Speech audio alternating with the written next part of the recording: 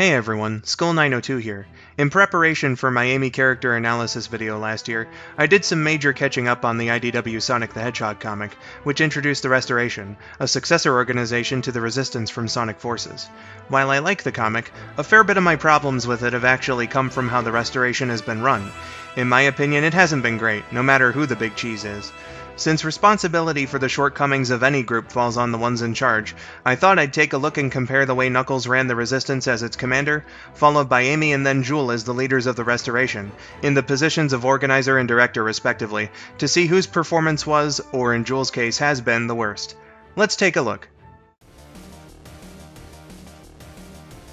After Eggman's nearly taken over all of the world, most of its heroes banded together to form the Resistance, a military group with the goal of restoring the world to its pre-war state.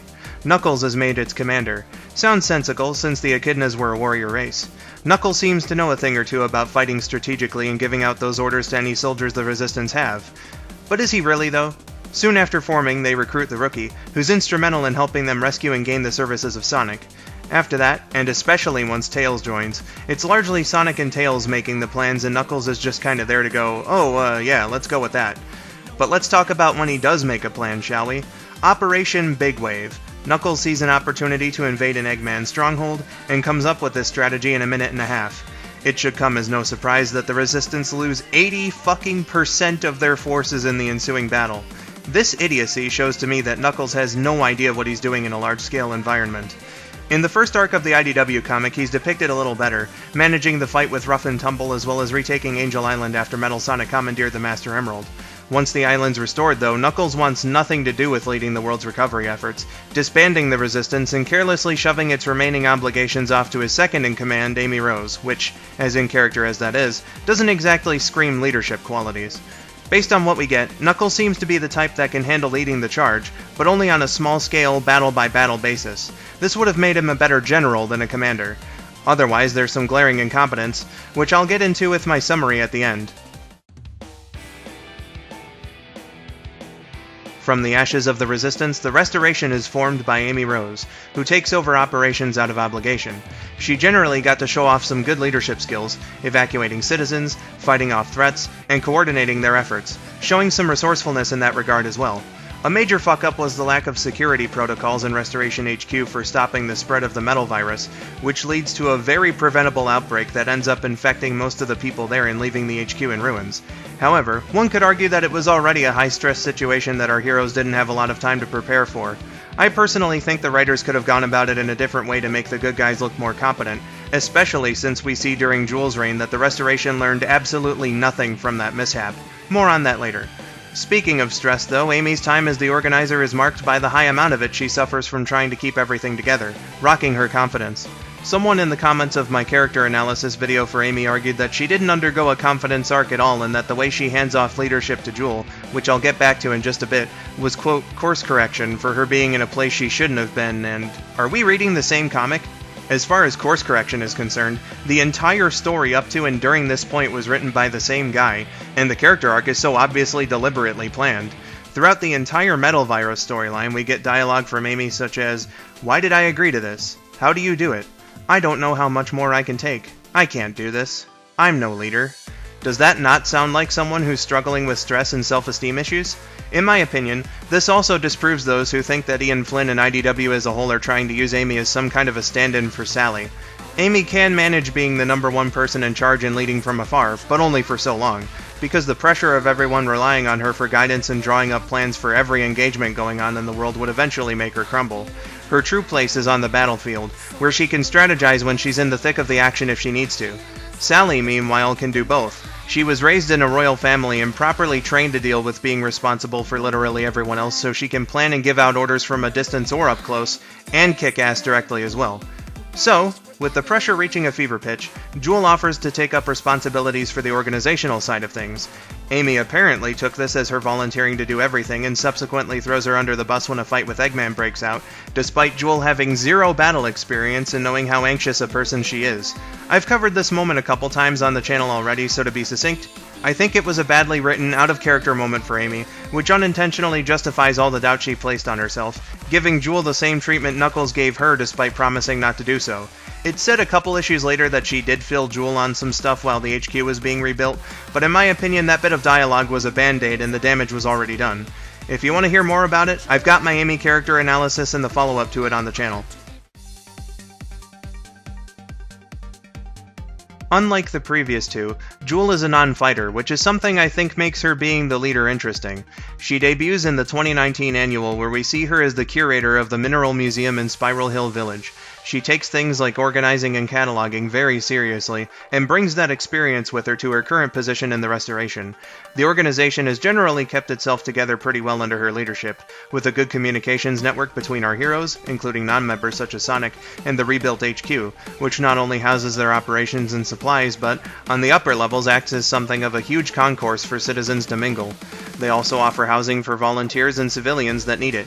It's all built underground, leaving the ruins above it untouched as some kind of memoriam for past events, which is a little weird, but it doesn't really hurt the story.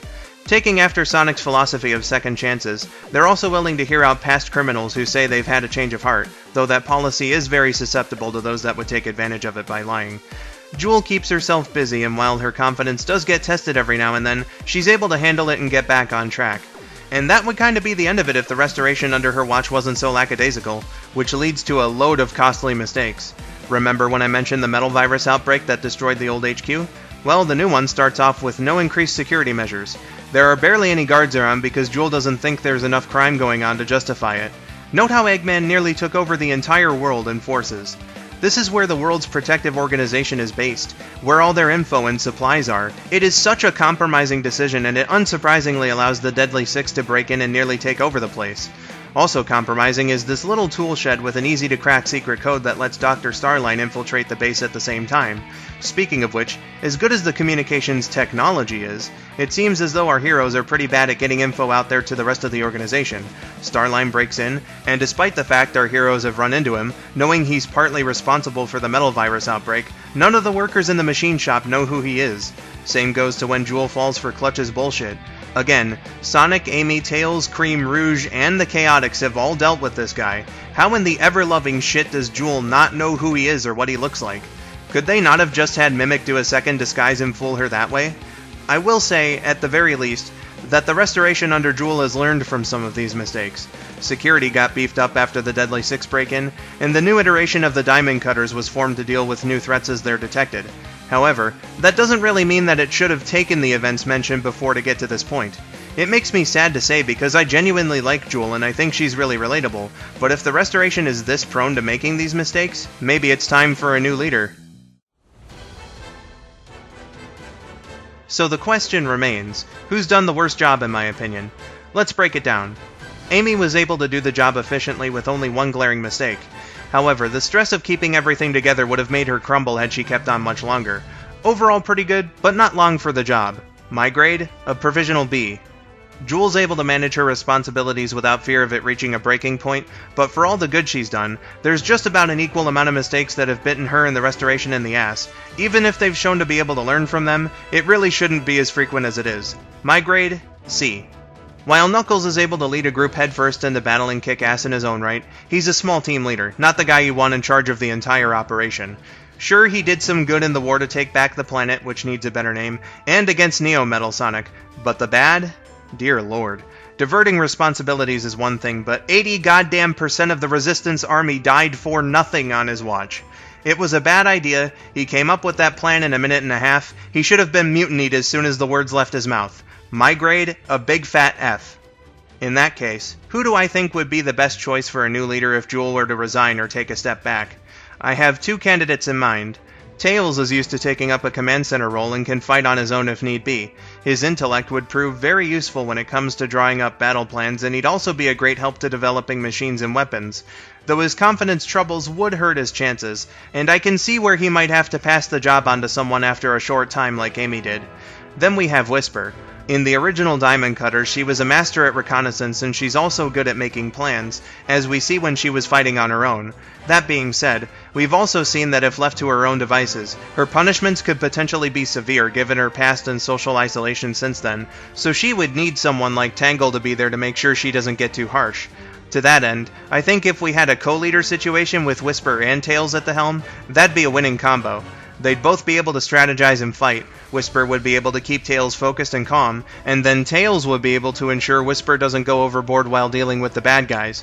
Maybe have Tangle in a sort of advisory role specifically for that. Though for the love of God, don't trust her with critical functions. In my opinion, with these two calling the shots together, the restoration would be in very good hands. Thanks for watching. Feel free to let me know what you thought about the video in the comments. Give it a like if you liked it, or a dislike if you didn't. If you'd like to see more, subscribe and click the bell for notifications. It's free and you can opt out anytime. Here's a playlist with similar content, and my Twitter. I have been Skull902, thank you again for watching, and have yourselves a wonderful day.